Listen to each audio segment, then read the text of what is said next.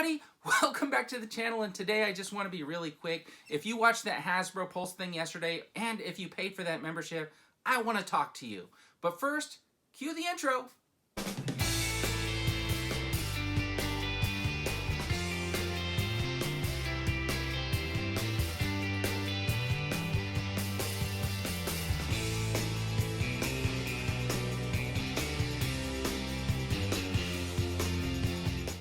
Okay, everybody, so Hasbro did their little thing yesterday. There was their membership drive or whatever it was, and they convinced everybody, or they try to convince everybody, pay for this membership. You're going to see all these exclusives, and you're going to have the ability to get all these exclusives. And it was true, right?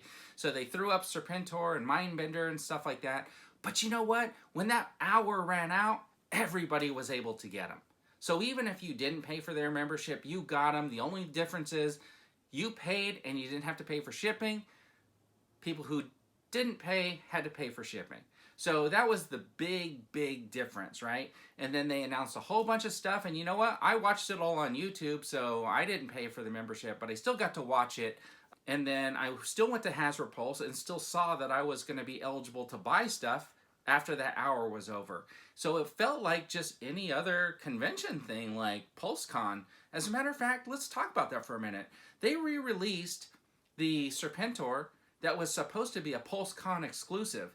Now I know the difference is, it seems like the delivery dates, like if you ordered at PulseCon, you're going to get it in December, and if you ordered yesterday, you're going to get it in like April or something like that. So it tells me that there's an additional production run to make more, which to me takes away from the idea of we made these to be exclusive for this. So it kind of takes away from the exclusivity. I wish they'd be a little bit more transparent on this stuff in the future when they say something is a con exclusive, if they plan on doing a second run or further down the line, because it's going to take away from the exclusivity of that figure. Now, I was able to secure it at a PulseCon in the minutes after it went live for the general release. So I'm glad that people who were able to wanted this figure were able to get it, because I think it is a good character for G.I. Joe collectors to have in their collection, and that sled is fantastic. So I'm not mad about the re-release, because I don't really consider PulseCon like a convention, really. That's their made-up thing.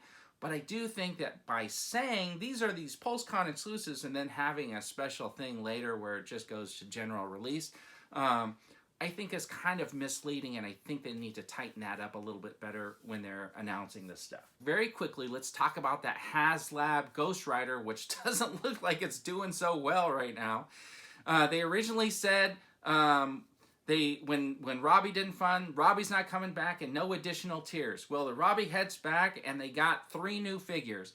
The problem with it, they're celebrating the 50th anniversary of Ghostrider, but the figures they keep announcing are not the Phantom Rider or Ghost Rider. They're these 3 other figures that you know that they already had planned. They just finally just came out of the bag and said, here's what everything is. The problem is you got to get so many people to back it to be able to get them all. It's just not going to happen, especially with the numbers dwindling away. It's under 5,000 now, and it does not look good for that haslab Ghost Rider. So here's what I got to say. Everybody's finances are getting a little bit tight, Hasbro. $350 was a little bit high. You know it, and I know it. Maybe you could make that change before Monday when your haslab closes, and basically just come out and say something really nice like, all of us here at Hasbro Tuna sympathize with those of you hit so hard by these trying economic times. Hey, we understand with this tightening economy, we're going to like reach into our pockets, and maybe we don't have to make as much profit as we were, and so we're going to reduce the price by $75. I don't know. Why don't you give that a shot and see what happens? I bet you the thing skyrockets right at the end, but I don't think you're going to do that, because you don't want to set a bad precedent for the future. You want to keep your haslabs at a certain level, and I get it. But finally, let's talk about a couple of the things that came out of yesterday. You did release this guy. This is the Din Djarin. And you're probably wondering, how did you get that figure so fast? Well, I'll tell you what. I found a Migs Mayfeld. I found a second one. It was on clearance. I took my Din Djarin Mandalorian. I did a head swap, and the helmet perfectly fits.